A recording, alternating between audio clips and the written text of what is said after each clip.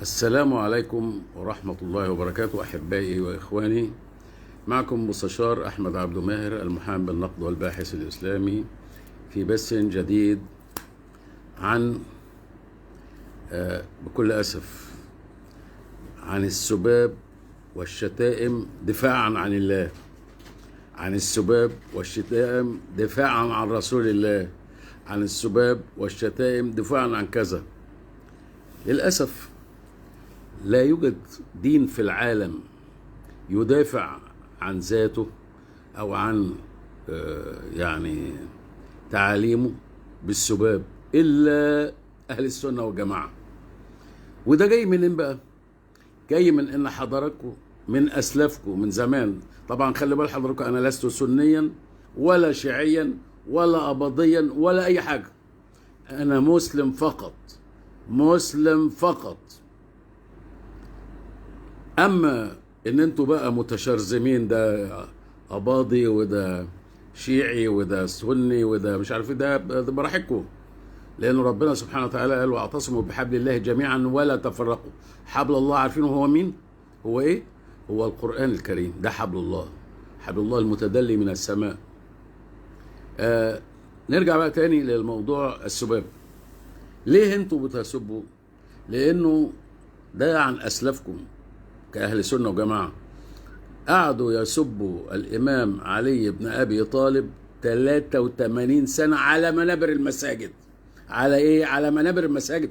وتصوروا ده شيء جميل جدا، لحد ما جه أمير المؤمنين عمر بن عبد العزيز رحمة الله عليه، وما بقولش رضي الله عنه، بقول رحمة الله عليه، وكل الصحابة رحمة الله عليهم، ما بقولش أو اللهم ارحمهم، اللهم ارحمهم. ليه؟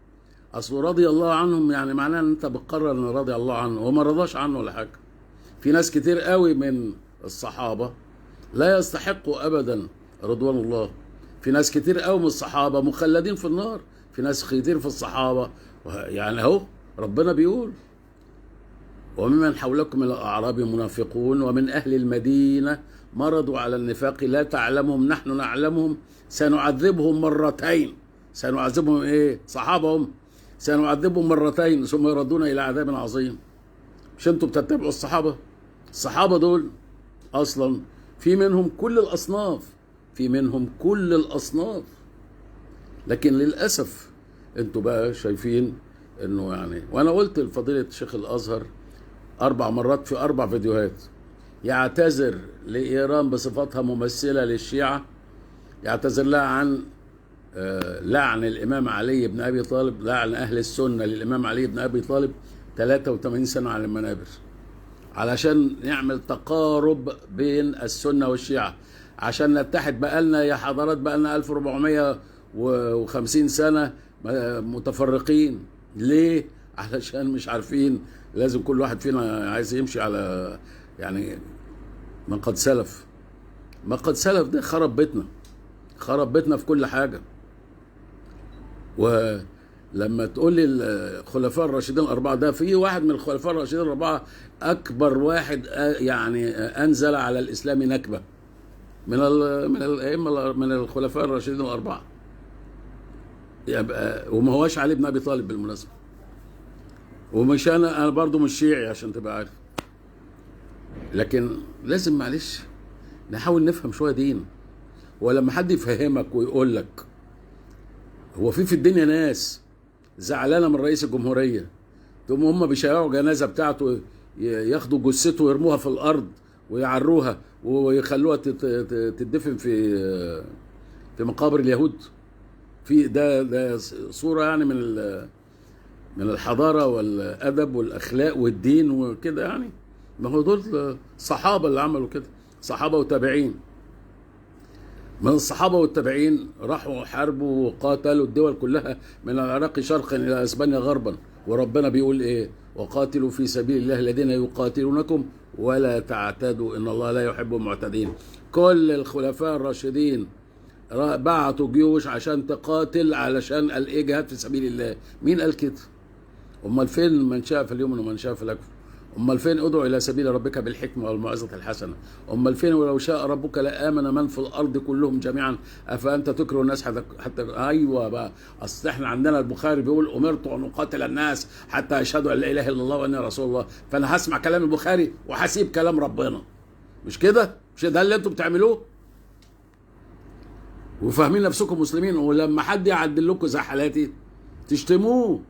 تشتموه ليه؟ لان الشتيمه والسباب ده متأصل ومتجذر عندكم.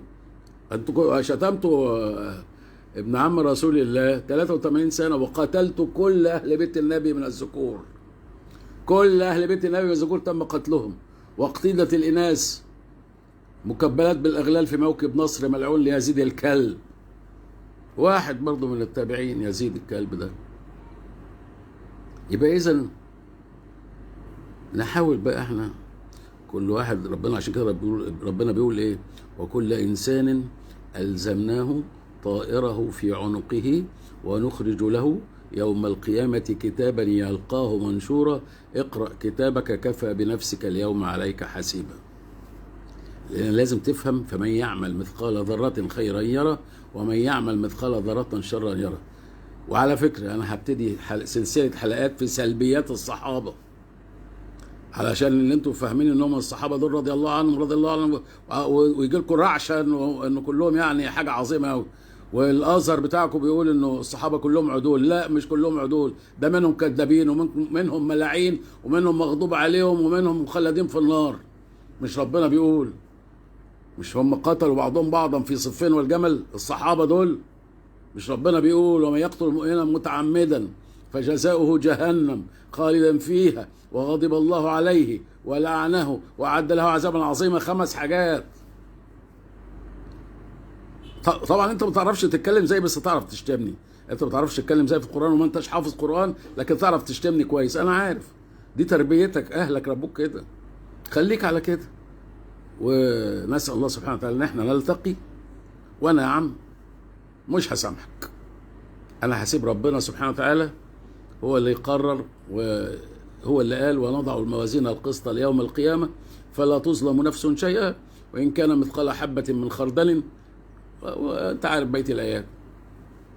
يبقى إذا اعمل اللي انتوا عايزينه، إنما أنا مانيش قد الانحطاط بتاعكم. أنا منهزم وما أقدرش أقول الانحطاط بتاعكم، معلش، متأسف جدا. شكرا جزيلا يا إخوة، السلام عليكم.